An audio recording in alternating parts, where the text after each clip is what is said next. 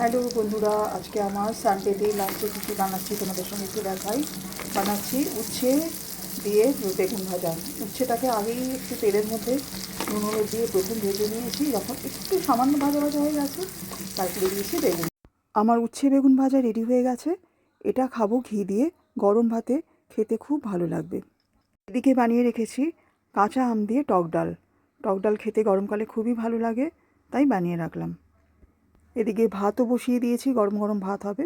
আজকে বানাবো বাটা মাছ। বাটা মাছ নুন হলুদ লঙ্কার গুঁড়ো দিয়ে মাখিয়ে রেখে দিয়েছি। সাথে দেবো বেগুন, ছোট ছোট করে কেটে রেখেছি, আলু এরকম লম্বা লম্বা করে কেটেছি, এবং বড়ি ভেজে মাছে দেব। ধনেপাতা কুচিয়ে রেখেছি, পেঁয়াজ কুচিয়ে রেখেছি, মাছ বানাবার জন্য দরকার হবে। আর এছাড়া দেব জিরে বাটা এবং কাঁচা লঙ্কা বাটা। এবার মাছগুলোকে ভেজে নিচ্ছি। এছাড়া বানাবো আর মাছকেও আমি নুন হলুদ লঙ্কার গুঁড়ো দিয়ে মাখিয়ে রেখে দিয়েছি। কড়াইতে তেল দিয়ে বাটা মাছ ভেজে নিচ্ছি। আমার বর ভীষণ মাছ খেতে ভালোবাসে। বাটা মাছ আমার ভেজে তুলে রাখলাম। এরপর সেই তেলেই দিলাম বেগুন। বেগুন ভাজা হয়ে গেছে। আলু যেগুলো লম্বা লম্বা করে কেটে রেখেছিলাম সেটাও ভেজে তুলে রাখলাম। এবার বড়িগুলো যেগুলো রেখেছিলাম সেটাও ভেজে নিলাম। বাটা মাছ বড়ি ধনেপাতা আলু দিয়ে বানালে খুব টেস্টি হয়। এক একজন এক এক রকমভাবে বানায়, কিন্তু আমি এটা একটা টাইপ যেটা আজকে বানাচ্ছি। আমাকে একটার আগেই রান্না শেষ করতে হবে, কারণ আমার হাজব্যান্ড একটার মধ্যেই লাঞ্চ করবে।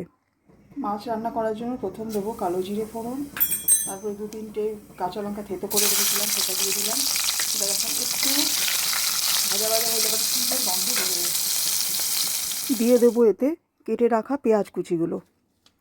পেঁয়াজ কুচি যখন একটু ভাজা ভাজা হয়ে যাবে, এতে দিয়ে দেবো জিরে লঙ্কা বাটা, হলুদের গুঁড়ো এবং সামান্য লঙ্কার গুঁড়ো। যে যেমন ঝাল খায় সেভাবেই লঙ্কার গুঁড়ো এবং হলুদের গুঁড়ো এবং নুন মিষ্টি দেবে। দেখো একটু জল দিয়ে মশলাটাকে কষাচ্ছি। মশলাটা একটু কষানো হয়ে যাবে, এতে আর যে বেগুন আলু ভেজে রেখেছিলাম সেটা দিয়ে দেবো। এই মাছের ঝোলের রেসিপিটা না আমার শ্বশুরবাড়ির লোকেরা খায়, ওরা ভীষণ ভালো রান্না। আমার ননদ বেসিক্যালি ভীষণ ভালো মাছের ঝোল রান্না করতে পারত। এরা আমিষ খেতে খুব ভালোবাসতো এবং মাছের ঝোল দারুণ, মানে এক্সেপশনাল ভালো বানাবে। এবার বেগুন এবং বড়ি দুটোই দিয়ে দিলাম। ধনেপাতাটাও আমি আগেই মিশিয়ে নিই, নাহলে পরে দিলে, মাছের দেওয়ার পরে দিলে না মাছগুলো অনেক সময় অসুবিধা হয় মেনটেন করতে, ভেঙেও যায় অনেক সময়। একটু দিয়ে দেওয়া হলো।